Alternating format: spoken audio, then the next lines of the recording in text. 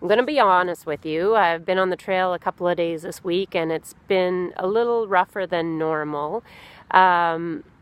Maybe it's because of the lofty goals. Maybe it's because I didn't get enough rest in between, or maybe it's the naysayers and the patronizing type of officials we've had to deal with lately.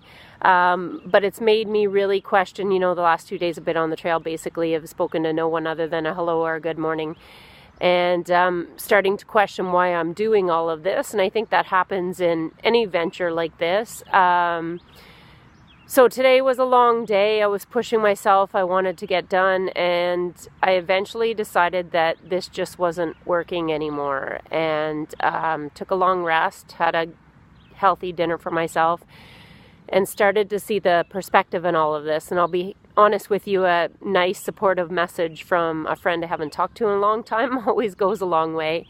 But it also fueled me in the sense that I think it's important for people to know that they wonder why I, as a patient advocate, am pushing this information, and why wouldn't they trust their doctor or medical professional versus me as just a patient.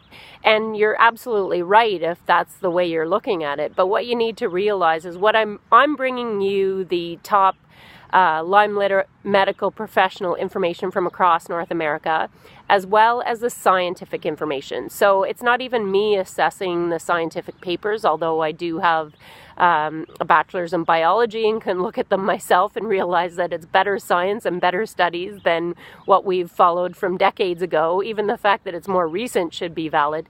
But it's also being assessed and reviewed by Lyme scientists in our country and in our continent. So that's the information I'm bringing you. It's not my opinion.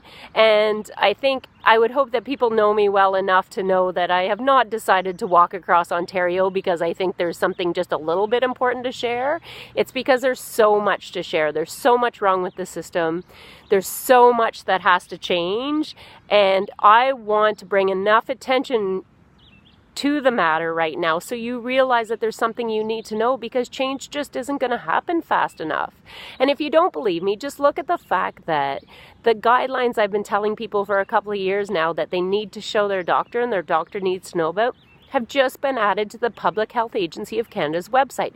Sure, they're not the most prominent, but they've been added, and that's something that the Lyme literate medical professionals and scientists have been asking for quite a while, as well as the patient advocates. So I'm bringing that to you for you to know in the interim until all doctors know it. You should also know that the testing that we've been saying isn't very good. They have just allowed for the banding pattern to be released to doctors if they request it. Now, this is really important because we've all been criticized for going to the States for our tests, and we've been paying for a positive result. Now, who would pay for a positive result? I have no idea, because I'm pretty sure anybody with Lyme, it's the last thing maybe not the last, but it's certainly not something that they were looking for to have, or paid money or dug deep to get a positive result. But what they will allow now, if a doctor requests it, when you do a Lyme test, you will get the banding pattern information. Now, you will still get likely a negative test, but you will get the different bands, and each band will show a positive or negative or an inconclusive. And so it doesn't help the average doctor who's not familiar with Lyme, but if it's a doctor who is familiar with Lyme and knows the banding patterns and what each individual band means, sometimes it can show a doctor the possibility of Lyme, meaning that it can show exposure to Lyme at one point, other infections that you may be reacting to, and just the fact the inconclusives are valuable, that it could be a positive or a weak positive. But the doctor will not get that unless they specifically ask for it. So that's really important. But again, that's something we've been asking for. We spoke about it to the MPs when I spoke at the House of Commons on the federal framework for Lyme.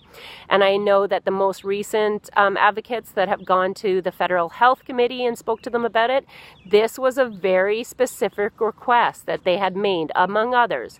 So these are two huge, they are baby steps, but they're two huge steps that have happened within our country in the last very short amount of time, and they're what patient advocates have been telling you and fighting for. So naysay all you want, say who am I to share this information? I'm just bringing it to you in your best interest, because once I figured out what was wrong with the system, I feel everybody needs to know, and you're more than welcome not to believe me. Just remember this, I wouldn't walk across Ontario if I didn't think it was really important. Lots of love, take care of yourself.